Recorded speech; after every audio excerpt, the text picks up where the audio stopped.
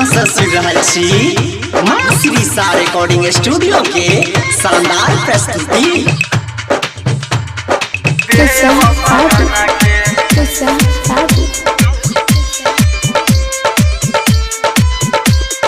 गंधराइन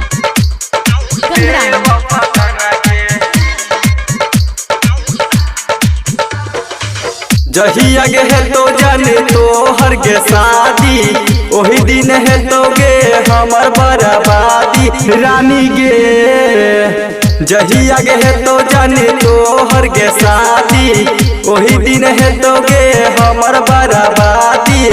हमारा नहीं अब तू ज्यादा समझा गे, हमारा नहीं अब तू ज्यादा समझा गे रानी गे। डीजे पर बजेबो खाली बेवफा गाना के, डीजे पर बजेबो खाली बेवफा गाना के। एखन अहाँ सुन रहल छी माँ श्री सा रिकॉर्डिंग स्टूडियो बाजीपुर मनीगाछी सँ। I was improvising.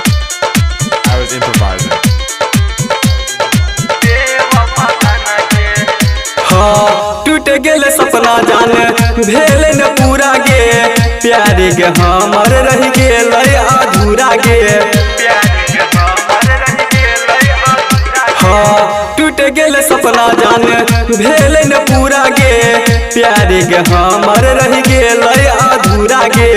बहुत कनेला जाने अब न कना गे, बहुत कनेला जाने अब न कना गे रानी गे।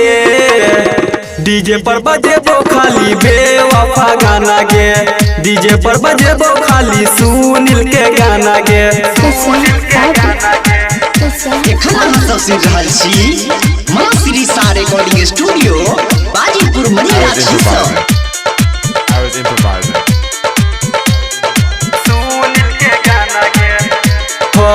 जहिया से छोड़ला जान हमर के साथ गे, राइटर हीरा लाल के मानल नहीं बात गे।